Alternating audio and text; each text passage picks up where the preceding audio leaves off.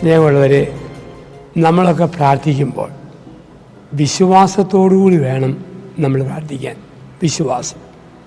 ഞാൻ ചോദിച്ചത് എനിക്ക് കിട്ടി എന്ന വിശ്വാസം, ഞാൻ ചോദിക്കുന്നത് കിട്ടും എന്നുള്ള വിശ്വാസം, ഈ വിശ്വാസം നമുക്ക് ആവശ്യമാണ്. അതുകൊണ്ടാണ് പ്രാർത്ഥിക്കുമ്പോൾ ഒക്കുവോ ഇല്ലയോ, കിട്ടുവോ ഇല്ലയോ, അങ്ങനെ ഓർത്ത് പ്രാർത്ഥിച്ചാൽ ആ പ്രാർത്ഥനയ്ക്ക് ഒരിക്കലും ഉത്തരം ലഭിക്കുകയില്ല. ഒരു സ്ഥലത്ത് പ്രാർത്ഥനാ സമ്മേളനം മാർച്ച് മാസത്തെ കൊടുംചൂടിൽ. എന്തിനു വേണ്ടി പ്രാർത്ഥന? മഴ പെയ്യാൻ വേണ്ടിയുള്ള പ്രാർത്ഥനയാണ്. മഴ പെയ്യാൻ. വീട്ടിലെ 40 വയസ്സുള്ള അപ്പനും 38കാരി അമ്മയും പ്രാർത്ഥനയ്ക്ക് പോയി. അപ്പോൾ 6 വയസ്സുള്ള മോൻ ചോദിച്ചു, മമ്മിയും ഡാഡി അവിടെ പോവുക? അവർ പറഞ്ഞു, ഒരു പൊതു പ്രാർത്ഥനാ യജ്ഞം സകല മതങ്ങളും ഒരുമിച്ച് നടത്തുന്നു. എന്തിനു വേണ്ടിയാ? നാട്ടിൽ നമുക്ക് പ്രാർത്ഥന കിട്ടാൻ വേണ്ടി. ഞങ്ങളും പ്രാർത്ഥന വഴി മഴ കിട്ടാൻ വേണ്ടി ഞങ്ങളും പോവുകയാണ്. അപ്പോൾ ആ കൊച്ചുകുട്ടി ചോദിച്ചു, പിന്നെ നിങ്ങളെന്തേ കുടയില്ലാതെ പോകുന്നു?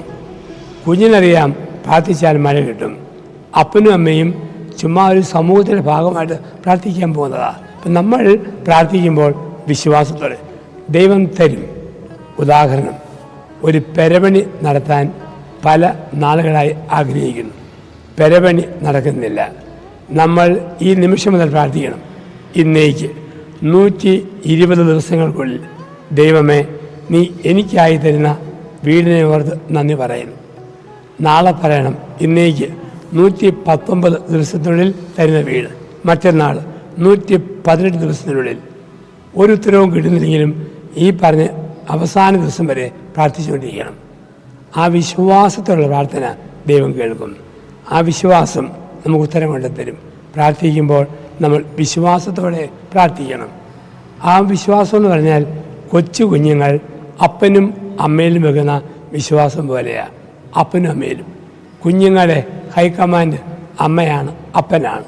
അതിനപ്പുറം അവർക്കൊരു അപ്പീലില്ല. കുഞ്ഞിനെ എളിയിൽ വെച്ചിട്ട് അമ്മ ആകാശത്തിലേക്ക് ചൂണ്ടി പറയുക, മോനെ കപ്പൽ പോകുന്നു.